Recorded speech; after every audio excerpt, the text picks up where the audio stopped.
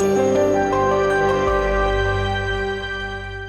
say that the hype surrounding NVIDIA's latest Turing GPUs was immense would be an understatement. Speculations about the GPU ranged from the theories on naming to those on the very nature of the architecture itself. But the end result that was unveiled in the summer of 2018 was, to put it simply, underwhelming. The new GPU certainly sounded impressive. The GTX brand was replaced with RTX and we saw the jump from 10 to 20. But despite what these new changes implied, the new series of GPUs was hardly a monumental step for NVIDIA. So in this video, we'll be taking a look at what went wrong and whether NVIDIA RTX graphics cards are still worth it. So without any further ado, let's begin.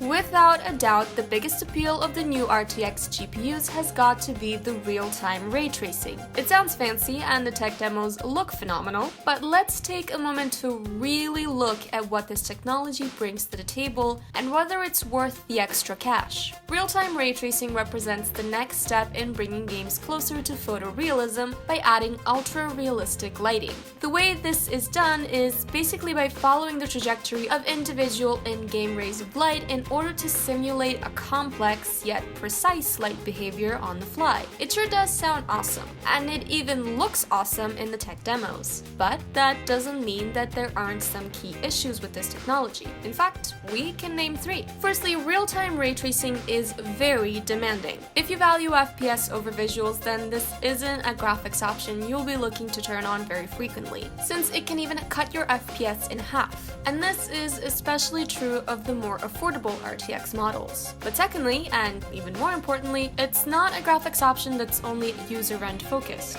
A game will need to implement this feature properly before you can utilize it without astronomical consequences on your in-game performance. We've left a link in the description to a list of all the RTX supported games currently out there, but we can't overstress the fact that this feature isn't implemented equally well in all of them. And thirdly, this technology is bound to get more advanced relatively quickly. Now, what we mean by this is simply that in a couple of years, we can expect to see hardware that can handle it even better than the RTX 2080 Ti, at only a fraction of the price. And its implementation will be smoother once the developers get used to it. All in all, the current gen RTX GPUs lose a lot of their luster if you don't really care about being the first to own an impressive new piece of tech.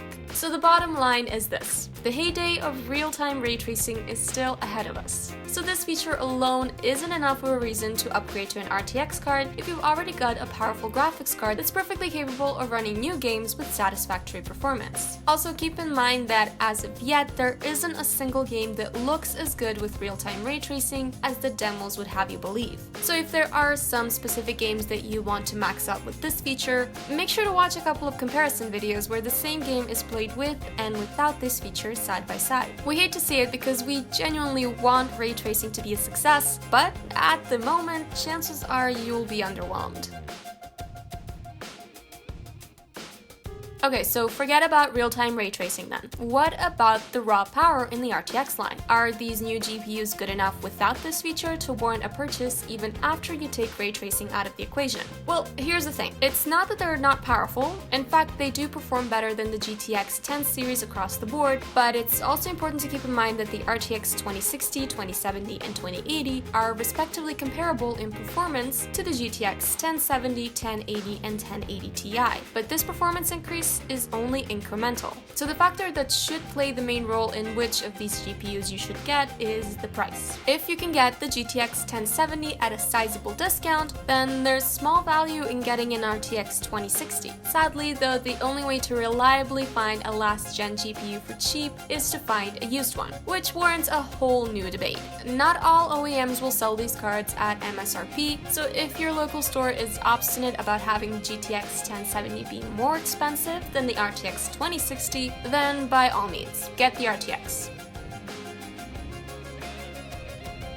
So when all's said and done, are RTX GPUs worth the money? The truth of the matter is, it all depends on the model in question. Now, we don't want to come across as too harsh. These are okay graphics cards. They're good even. They just couldn't live up to their own hype, and the hype was immense. It's like what happened to Batman vs. Superman. Sure, that movie was no masterpiece by any stretch of the imagination, but we can't help but feel that it would have been received a bit better if the pictures of bats and soups staring each other down hadn't been pushed down our collective throats everywhere we went for months on end. The RTX 2080 Ti is unlike any consumer graphics card before, so if you've got $1,200 to spare, then by all means, go ahead. It's the only consumer graphics card that can reliably run AAA games in 4K at a stable 60 FPS when all the graphics are maxed out. But this is stupidly expensive for a single piece of hardware, seeing as you can build a pretty powerful gaming PC for this price. We've done so, and our $1,200